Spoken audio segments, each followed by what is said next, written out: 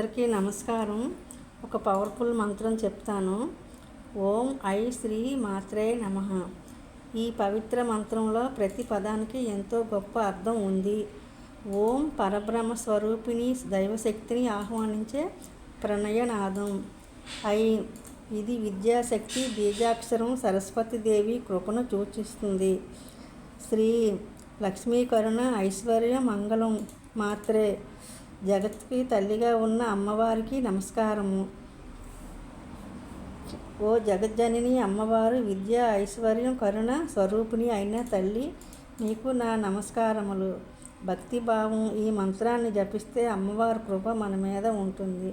మనసుకు శాంతి, జ్ఞానం, సంతోషం లభిస్తాయి.